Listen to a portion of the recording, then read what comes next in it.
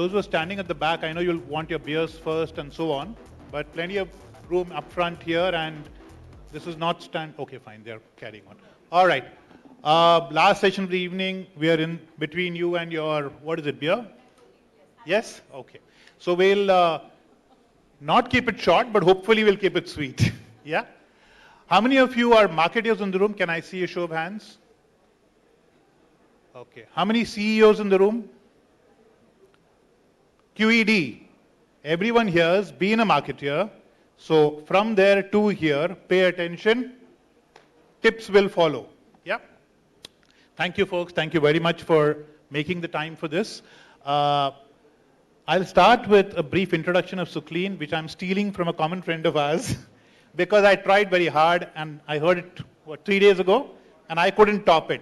So Sucleen has had the dubious or enjoyable distinction of marketing both Durex and Harpic, not at the same time.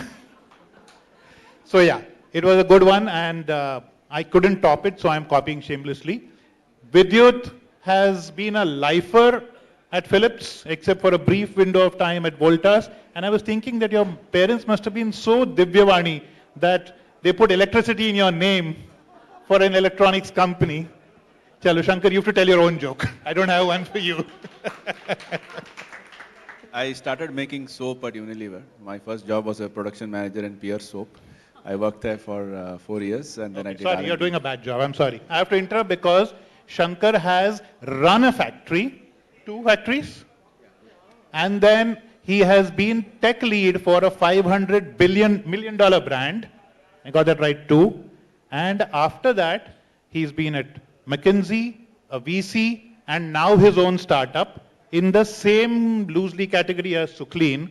So textbook, e-com, new age, unicorn-ish business, etc., right? And Sucleen has a very interesting twist as well, but I'm going to save it for later because I've heard a story, the one-hour version, but I'll save it for later. But as you know, our session is about why these people think all those people who put their hands up suck. Not in their own companies, of course, in their own companies they're fantastic. So we'll start with, I've heard this rumor that apparently marketers don't like you pressuring them for attribution metrics. Is that true? Any of you? Yes. I don't think we can lie about that. Absolutely. Speak up or hold it closer. Yeah. So I won't lie. It is definitely a matter of debate. But I think it's also not a matter of debate because we know that attribution is not possible for a lot of media. So I think at some level, some people have stopped trying, some people have stopped asking. But the debate still continues. You still have to argue about something, so we do argue about it. So what should we do? Any ideas about how we can resolve this war or debate? Yeah, it's hardly a war or debate. I think everyone who's in business, everybody has to sell, right? So if everyone is selling, whether you're a marketer or you're doing the front-end sales job, eventually someone is taking care of short-term sales, someone is taking care of long-term sales, but I think no one can not love sales. And if you don't love to sell, you ain't gonna go anywhere, right? So attribution, short-term attribution on conversion, digital metrics, absolutely doable. But long-term attribution is actually the one that makes the biggest difference. And I think if you are able to understand brand equity trackers and understand the importance of it, then you are able to build long-term brands. Thank you for that, Sucleen, because I think people of a certain vintage, which is mine or even older, would be very gratified to hear this. But if there are people who are started a company or working in a business that started 5 years ago, they seem to largely bet on the attribution in the short-term space only. So between you and Vidyut, will you tell us a little more about what this long-term attribution is about? And is it really, are we just living in some halcyon nostalgia or is there truth in it? No, if I like to give a different perspective on it, I think firstly, to Sucleen's point, there's no long-term without short-term, right? But in today's day and age, when all the brands are driving short-term, and I can understand what Shankar and team are doing as a startup, you obviously want to maximize your short-term impact to get the numbers up. But here's the problem, and this is probably thinking about the previous session which we had. When you have a lot of these new tech metrics coming in and showing you dashboards, these dashboards can be confusing. You know, sometimes to me it looks like a watermelon. It's very green on the outside, very red on the inside. So you can Nice. think about saying that, wow, my conversion rates are great, my numbers are great, but when you think about the brand metrics, the real metrics which matter, how many consumers actually know about the brand and would like to buy it? And when we talk about real consumers, I mean, you have to go to tier 2 cities and see how many people actually know what you do. What's the purpose of the brand? Do they connect with it?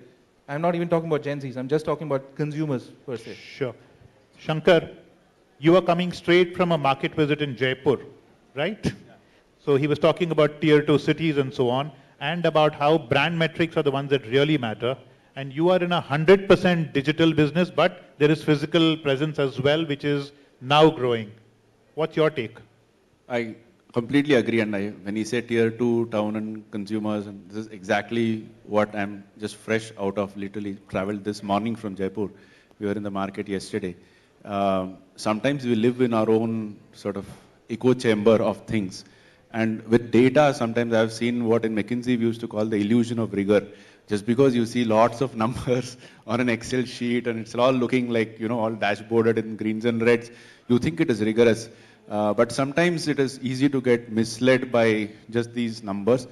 The truth, I always tell my team, which is why I make it a point to go to the market as much as I can. In fact, a couple of my colleagues who went to the market with me are also here. I make it a point to go to the market as much as I can because that's where I think the truth resides. Unfortunately, it is not an Excelized truth. I don't have an Excel sheet to show for my market visit yesterday. But what it does in terms of your understanding of the consumer, it helps you design things better, whether it is communication, whether it is product, whether it is distribution, you sort of, design it better the next time for quote unquote real people. And all of us are real people, but I think the real people are out there. So I think this was Vidyut who said something in this context also on our call previously, and I'm paraphrasing now. We've heard that video killed the radio star, but I believe that now COVID has killed the market visit. Are you all experiencing that in your offices with your marketing people? Just to flog this a little more. Forget market visit, COVID is killed office visit. No, I think, there are ups and downs. Business has its own cycles. But if I look back at what COVID did, there are lots of positives out of COVID, right? The digital penetration, the household penetration we've seen grown up. I can talk for my business, it went up by 40% for many of the categories. But one of the things which is the softer aspect of marketing is, I've seen people are getting too used to sitting in office or at home. And then you've lost the traditional marketing touch of go and see consumers, meet them physically, go and do market visits and understand what's really happening out there. So I think that's where the dashboard becomes a very bad illusion. Okay, I think we've nailed that in. So I'm hoping everyone's taken the message. Hit the marketeers here. So clean, your spiel now. We've all stumbled on this new thing thanks to digital called content marketing, and all marketeers are taking their shot at it. We started obviously by taking the 30-second ad and then figuring out uska 4-minute version kya hoga, usko content bolenge yaar, and then blogging, and then in my business, for example, saying let's write about how to open a bank account पे 4 page लिखते हैं, फिर video बनाते हैं. From there to what you do as a business and how you've taken content itself to be the driver of the business, not just of marketing. Tell us your take, and then the gentleman can step in as well. Hopefully to counter you, by the way. I don't want us to vehemently agree on everything. No, and I'm glad we should counter each other. Yeah. There are so many Thoda paths pass to le reach lo. the same mecca. But speaking of content marketing, I think it's today, if you look at the way Goodlam, for instance, as a group is functioning, you have media digital assets, which are content publishing sites, and you have brands that you're selling. And you have creator assets, which are on through via your influencers, where you're influencing people, right? So at any point of time, of course, there is a machinery that is churning out functional content, which is pure play performance. But you also have an ability to influence people via creator, because that's also content that gets generated, which is much more authentic, which is them talking about their experiences. And then you have the ability to look at publishing portals. Like today, how many of you actually read articles published on Scoop Whoop, Baby Chakra? These are all parenting portals. PopXO, it's a lifestyle portal. Now that content is fundamentally editorial content. So there you can never be so overt about seeding your products. It's about an implicit plug, but more about education. So I think the important thing to realize with content marketing is who's the TG and what's the context. So if the context is to shop, you want to be crisp. If the context is to learn, then you have to be deep. You have to educate people. And if context is to inspire, then you really have to be creative. So those are the two things I think which are the holy grail. Who are you talking to and what's the context? Okay. You know, when you last said this and you gave me I got the privilege of hearing the 1 hour version or the 30-minute version, I had an epiphany. And no offense to those who are going to be offended, but I was thinking that Baba Ramdev did exactly this, right? He first built this massive content engine and had a following for it, powerful brand following for it, free. Television channels gave him free airtime to run 30-minute advertorials effectively. And then on the back of that, he's built this massive FMCG brand, which is giving many of your alma maters a run for their money, right? Now, can that be replicated in any other categories, in your own categories perhaps? You've done it, but Vidyut, for example, and Suklin, feel free to pitch in for... No, like look at celebrities, right? Today when you see, I mean the best example is Kendall Jenner, or for that matter, Rihanna with Fenty. So these are all people who first gave you content that made you fall in love with them. Sure. They stood for a point of view. They became celebrities that you followed and loved over the years. And then they've now introduced products based on what do they really believe in. So if Rihanna was a black woman who broke into music and really created a new sensation in America, she's today standing for inclusivity. Sure. So I think in that context, what Baba Ramdev did was with yoga and really imbibing the Indian ethos, right? So he had takers who wanted simplicity, natural. As long as I think you're true to the brand value that you personally stand for, I think it's exactly in the same vein. Spot on. No, Argue.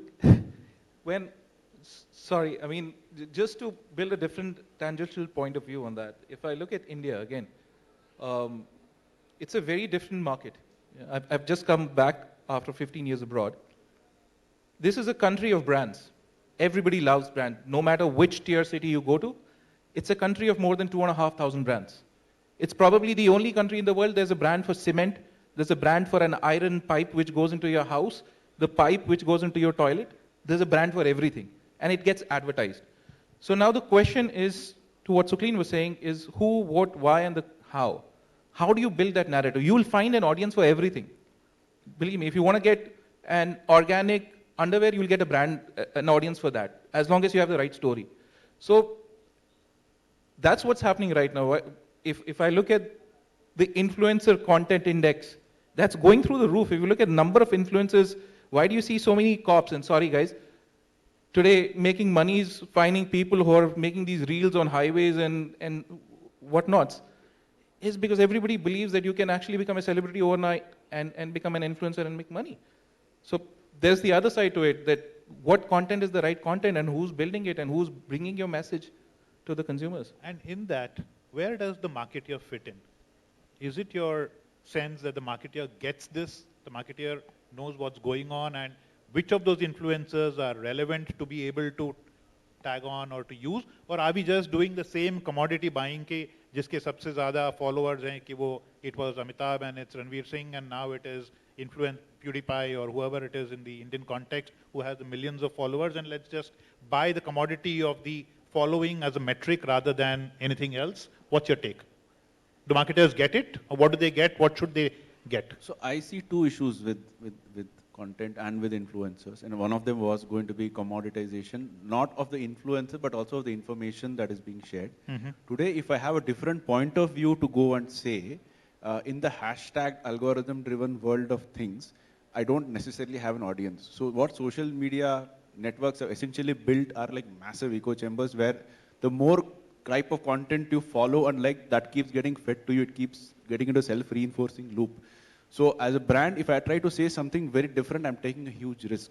Therefore, marketeers end up sometimes not taking that risk because the outlay is big in order to be doing these things. And the second problem with influencer is attribution, which we discussed right in the beginning. That is one of the most non-attributable forms of media, because even if I do, let's say, social media advertising as opposed to going to influencer, I get some metrics on what were the click-throughs, what was the sort of view-through rate, and who did I serve the ads to, how many times they saw it, etc. So very basic metrics, but I'll still get it. But when it comes to influencer, that is like fourth-party data. I'm not sure how many people saw it, what they saw, whether bots are seeing it, not seeing it.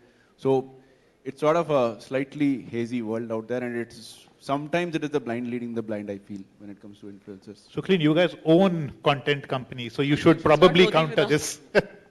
I'm going to tell Shankar to start working with us. Ah. So, because we've acquired a very interesting company over the last year, which is called Viduli. And the founder of Viduli is actually quite pioneering. So, they actually created analytics which allow you to filter out those who are not performing.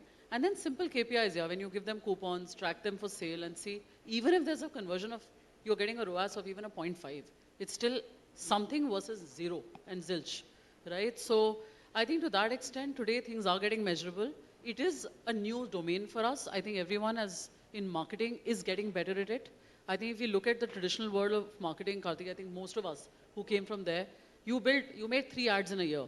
Those 3 ads you ran over 10,000 GRPs. Your entire creative to media airing ratio used to be 1:10. You spend 10 rupees on making an ad, you spend 100 rupees on airing the ad. Now that has changed. It's changed dramatically. And I think my only counter to this entire influencer marketing is no different from what celebrity marketing was, right? Every single brand took a celebrity in this country. From an inverter like he was mentioning, every brand. Now celebrity is the oldest trick in the trade, doesn't mean everybody succeeds. Likewise, influencer is a trick which is failing in America because people don't find it authentic. It's the how of what you do. Are you using them for distribution? Are you using them for brand building? Who is credible? Who has the right values with your brand? If the sync is good, then use them as ambassadors. If you're only looking at them as media distribution, then purely chase metrics. So one has to also be clear about the objective.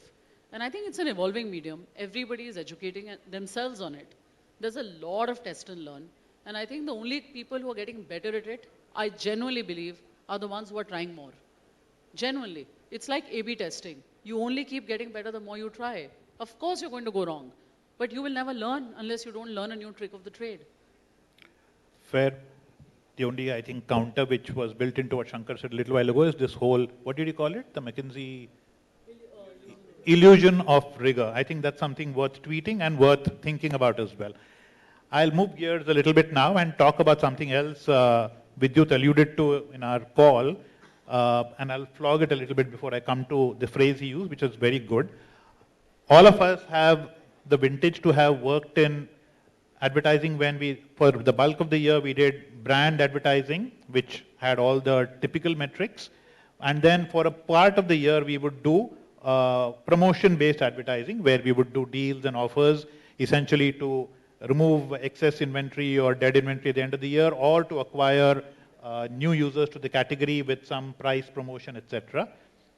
Today, that seems to have turned itself on its head, and we see marketeers, or I'll ask you, if you're seeing your CMOs coming to you and saying, sir, deal de do, sir, price off de do, sir, discount de do, nahi to nahi bikega. Sir, madam, of course, naturally. So are we seeing marketeers turning into sales guys? Are we seeing a huge erosion of the possibility even of premiumization? And I'll just leave that with one loop I want to close. The first speaker in the morning today, Shantanu Deshpande from Bombay Shaving Company, he spoke about how in categories like his, where the ticket size itself isn't dramatically high, he believes that premiumization is not necessary for brand premium to be perceived. That the pricing can be 10% below Gillette, but it still can be perceived as a premium product because of everything else around it, the persona, the packaging, the aura, the experience, etc., etc. I have issue with that. I didn't get a chance to take it up with him, but that's why I'm using this forum for it. But my real question is, I think we were all taught when we were growing up that a marketer has earned her keep when she's able to charge a premium for the product. Dropping your pants and giving stuff away free, to koi bhi kar sakta hai na? It's like farzi. You can throw money out of the car and everyone will love you. What's the big deal? Please respond. No, I think we spoke about it briefly, but Shantanu is a good friend and also a competitor. But look, to all of you in different ways, I think. Building a premium equity and a premium brand is a tough job. That's what true marketeers dream of. Now, I had a mentor who used to say that if you don't have any differentiation, then the only thing that you have is price. So, especially in today's world, when you build a brand, you build a demand, you create awareness, there will be 10 brands which will follow you and play the price game. And look at the mobile phone industry, right? But there is one Apple, and there's many other brands. And similarly, we can take an example of another electronics brand, which is Dyson. There's one Dyson, and there's many other brands. The equity doesn't come overnight. It takes a lot of effort. And sometimes, and I think that's the trap we are getting into, especially when you get into a macroeconomic environment like this, when the inventories pile up, is you immediately resort to price and discounting, is that can erode the brand value and take away years of good work. So that's something to be cautious of. Price is good, but it has to be played very, very carefully. Any other comments on the same question? I think, Karthik, on that one, to be honest, I'm very much in the old school camp. If you build aspiration, you should be able to charge for it. But having said that, I think the online world is a lot more competitive. And I think you do have a price you pay even for survival, because that's where generally the biggest risk, if you ask me, for all of us today, and all of us, is commoditization of brands. It's a real risk. It is not the easiest. There are things you do for survival, there are things you do to thrive.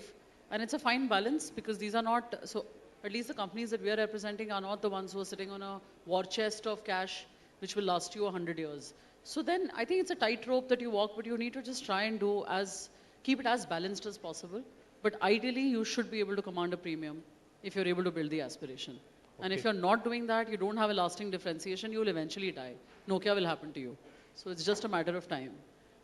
So there's an example in my business category, which is a bootstrap brand, which its name implies a price off, but it has never discounted and it's never even advertised. He's very proud of the fact that he's never spent any money on advertising either.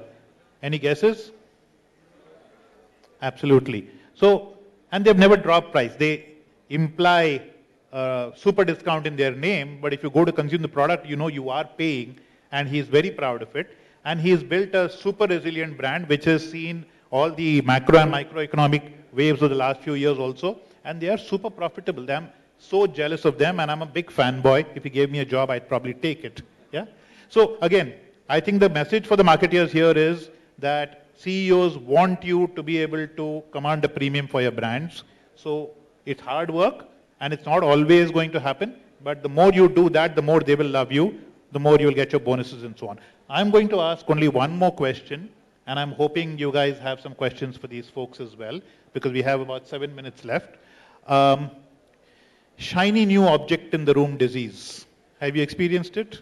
And I'll throw some buzzwords in here. It was blockchain a couple of years ago. It is metaverse now, or it was metaverse until day before yesterday or whatever. How do you yes, you have a peeve about it, and if you do, how do you deal with it? Well, we do get this FOMO that is created by not being on the leading edge of some of these things. I remember just pre-COVID, it was TikTok suddenly, right? And we were just scrambling to get onto TikTok, and I feel sad for TikTok at one level, but I feel glad that it didn't continue, because I thought we were doing things that were brand dilutive with TikTok. I think a lot of marketers who are on the slightly premium end of the market felt so, and we were all silently relieved when we didn't have to do it. But we might have had to do it because there was a massive FOMO going on. He has so many followers and this and that and views and whatnot. So we all fall prey to it. I think some of the very folks in the sort of exhibitor list and the visitor list here are the creators of these gizmos, the service equivalent of those gizmos. And some of them do work, some of them don't. But as she said, in the digital world, the FOMO is so high, the short-term, let's say the rush is so high, that we can't afford to sit back, because we don't want to be told either that what were you doing when all these things were going on. I can't say I was waiting for the right window to emerge. I have to go and try everything that's out there. So it's a tough call. I would agree. I had a marketeer who actually bought a house on Central Land or whatever. The thing again for us is your consumer there, and what's the objective? To what Sucleen was saying, What's the objective? If you're just going there to be visible and you don't care about any of the brand metrics, whether it's short term or long term, fine. Again, if you have a lot of money lying with you, you can experiment. But at the end of the day, there has to be a very clear objective of why you're going there and what you want to achieve out of it. I think that's where sometimes, marketers today, because of so many avenues that are available, will go shooting in the dark. And what these metrics do is they actually try to confuse you more, because they give you more opium to go and shoot in the dark. Yeah. So we saw a slide in the previous talk, the Tyro report, about the multiple kinds of media that people are using and/or consuming. And I remember seeing podcasts were near the bottom of that list, and I'm assuming that it was ranked. Podcasts, do you guys advertise on podcasts? Or do you produce podcasts, any of you? See, we are currently producing podcasts, and see, this is also a media company. So the company's ethos is essentially media content brand. Today, if you address these questions to brand, I think most brands, depending on your cash flow, would you experiment, right? First, you have to scale, then you have to experiment. You can always keep aside a certain sum of money to experiment.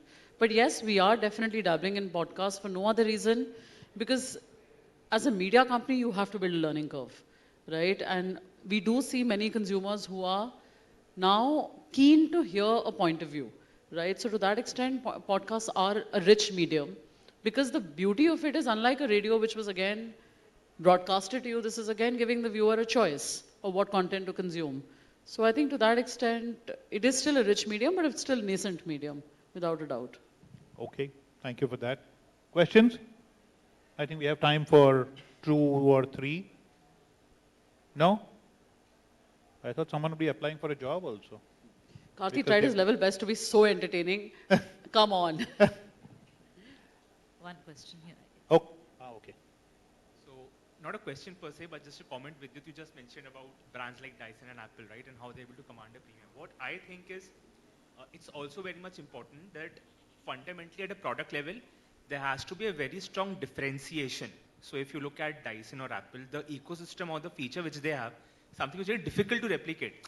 So, end of the day, what you mentioned in terms of following the consumer, something which is relevant for the, so marketing will eventually, so if the product is on point, marketing will eventually take care and get the message out to the shopper, but eventually it's the product which really should offer that differentiation of our feel to the customer. So what's your view on that? One of my first mentors gave me a very crude definition of marketing.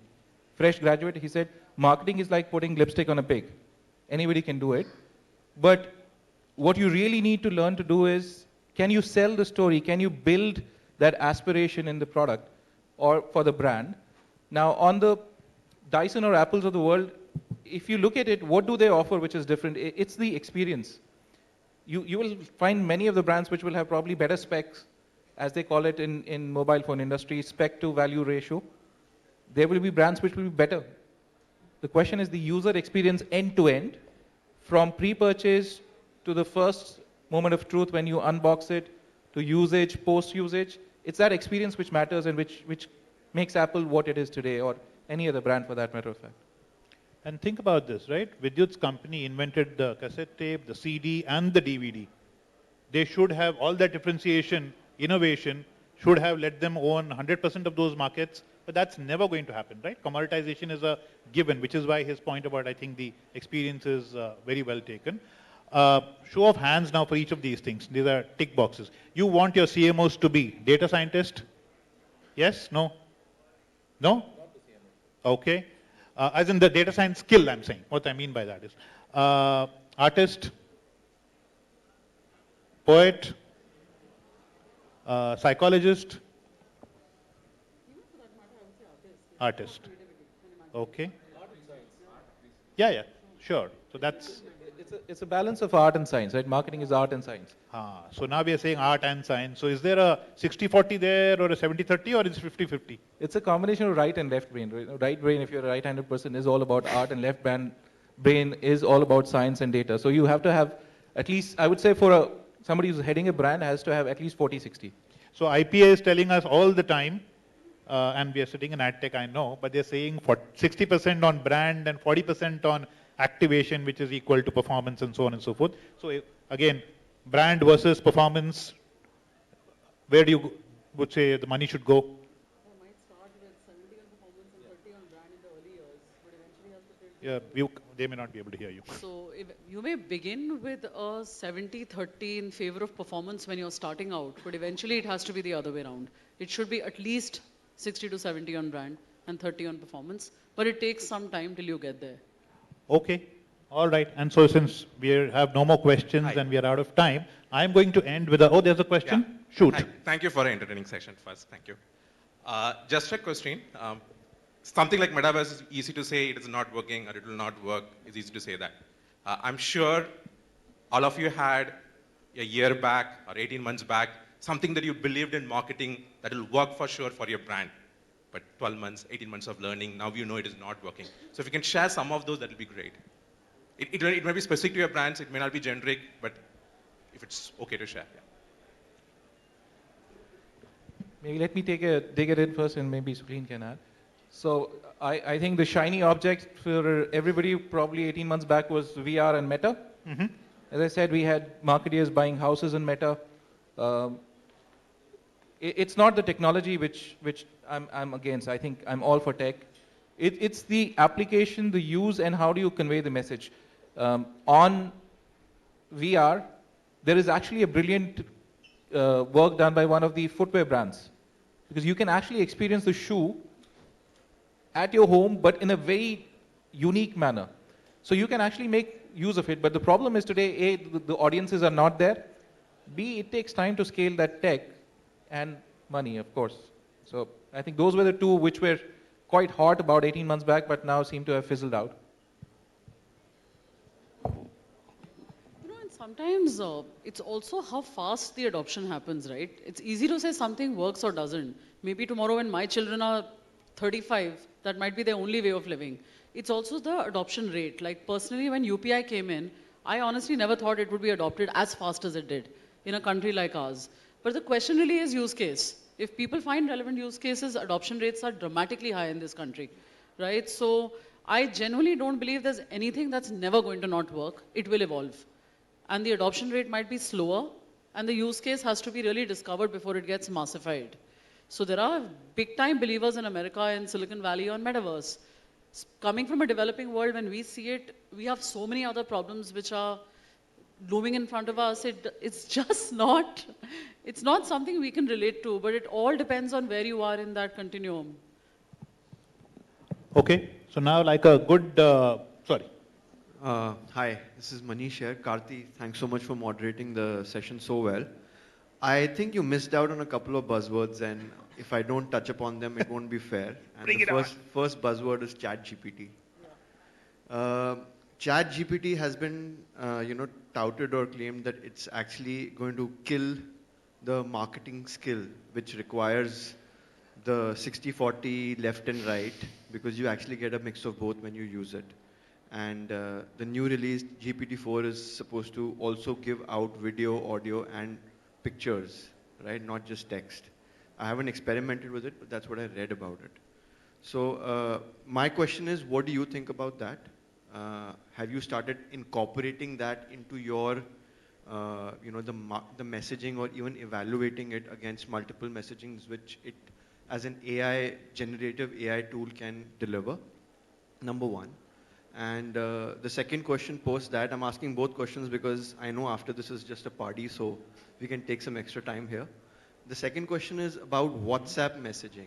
And there just seems to be a complete increase in the number of messages which businesses are using for WhatsApp. It's almost becoming spammy in nature. What is your take as a brand on that? It was supposed to be something very premium. It was supposed to be priced premiumly. But the growth of the audience on WhatsApp has led to almost every brand having some kind of a chat bot, which effectively becomes a marketing bot after a while. So these are two questions which I have. Yeah, I'll try and keep it crisp. I think both questions are fantastic, very pertinent.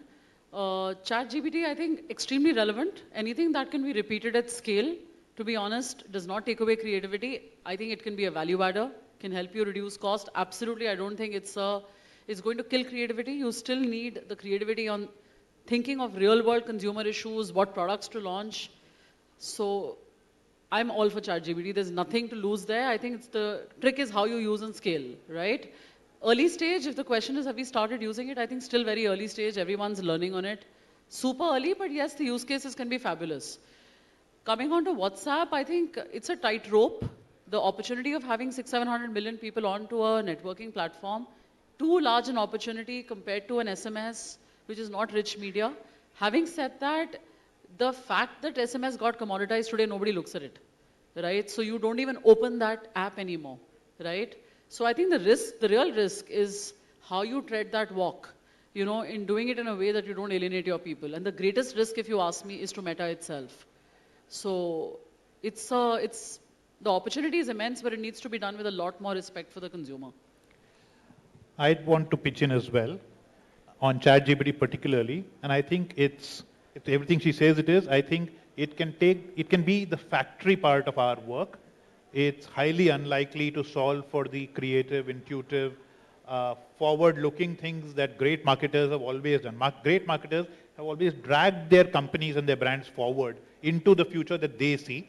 ChatGPT, my bet, not yet for sure. I also want to warn us, and you should look up, I think her name is Emily Binder, beautiful article in the New Yorker, about the ethical problems which are already emerging with AI-generated content. The problem with that is that the majority of content the AI is learning from tends to be majoritarian, right? It tends to be somewhat conservative. And when it feeds off that, the risk very quickly is that the output will also lean in that direction. And then you have to watch out for brand safety concerns, if nothing else, regardless of what your politics are. For brand safety reasons, you'll need to be mindful about how exactly you're using it. Sorry, go ahead. And then Shiny has a question for us. Is that, no? Okay. Yeah, no, so Manish, it was both brilliant questions. So if I talk about ChatGPT, my personal take on it, it can probably be an adjacent arm to the marketeer, only for the analytical part, because at the end of the day, these are codes, ones and zeros. You can't replicate the art part of the marketeer's brain, because that's the real differentiator, because you have to understand insights and true consumers that you can't take away. Going to the second part, absolutely, I fully agree. I think it's a big danger that we're living in. We're going to get WhatsApp marketing to the same level as it's the CRM marketing. You get spams and spams of mail, and after a point of time, you're just deleting all. The question is, what's Meta going to do about it? Are they going to put controls on it? Because today, instead of use, it's becoming abuse. So, in fact, with so many marketers in the room, I definitely would love to say this. I grew up and had the privilege of working on some of the finest brands in the world, right? Like today, if I asked you, shut your eyes and remember brands that move you. Many of us would talk about Nike, we talk about Apple, we talk about brands, even for that matter, for many people, even Durex, a very clear perspective, advertising or brands that are built on an ethos where they stood for something, or products that blew your mind, right? Now, none of that can ever be replicated by anything which is just repetition. It is original thinking. And I think anytime you see a brilliant brand, just always remember that it's not a brilliant brand, it's a brilliant marketeer who's behind that brand, who's got a spectacular vision for his business. No brand is built without the vision of the person who leads that business. So ordinary brands are ordinary marketers. Always remember that, right? So you guys have immense potential there. Shiny?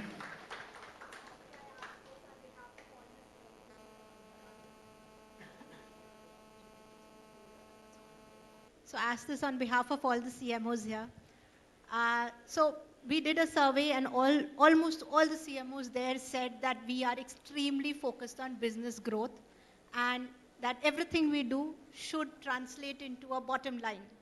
But apart from that, if you have to give your CMO one KRA for 2023, right? Apart from the metrics and apart from the business growth, what would that be? One new KRA for 2023, and each of you can go at it.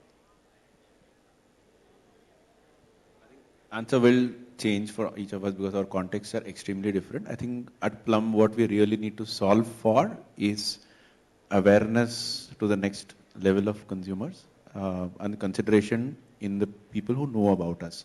So both of these have nothing to do with purchase at the moment. So clearly that's an objective for us in the coming year. So concentrate on top of the funnel. Absolutely. Sucleen? For us at Goodlam, I would say we are largely a business born on online, now scaling offline. I think I would love to see the marketeers just make their brands famous. Otherwise, we can't scale in offline. For a company which has been around globally for 130 years and 95 years in India, I was telling, I'm still fighting the battle of driving the penetration and building awareness for many of the categories that we are creating in India. So for marketeers, preference. It's build a preference. CEOs are saying build top of the funnel awareness. Marketers are saying we're going to focus on bottom metrics.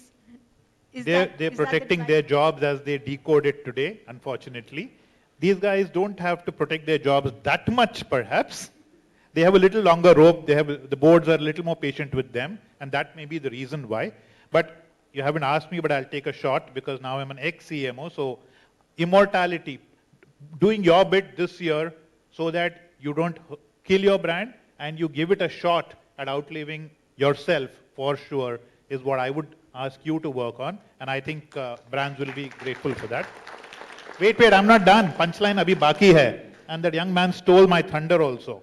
So, when I was looking at my phone, I wasn't being rude. I was asking ChatGPT to decode everything they're saying and put it into a limerick. Here goes.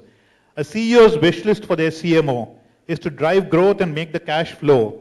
ROI must be high, but creativity can't die. And digital transformation, let it show. Okay, guys, thank you. That's a wrap. Thank you very much. You guys have been very patient, and I think it's a surreal privilege to have CEOs who have been on the CMO side of the table. You feel our pain, you know it, you've learned from it, so you're empathetic and supportive. So may your tribe increase. Thank you very much again. Panel, we'll request you to please remain on the stage. First up, a big, great round of cheer for the very unfiltered, and I must say, such an invigorating take on what's not working in marketing 2023.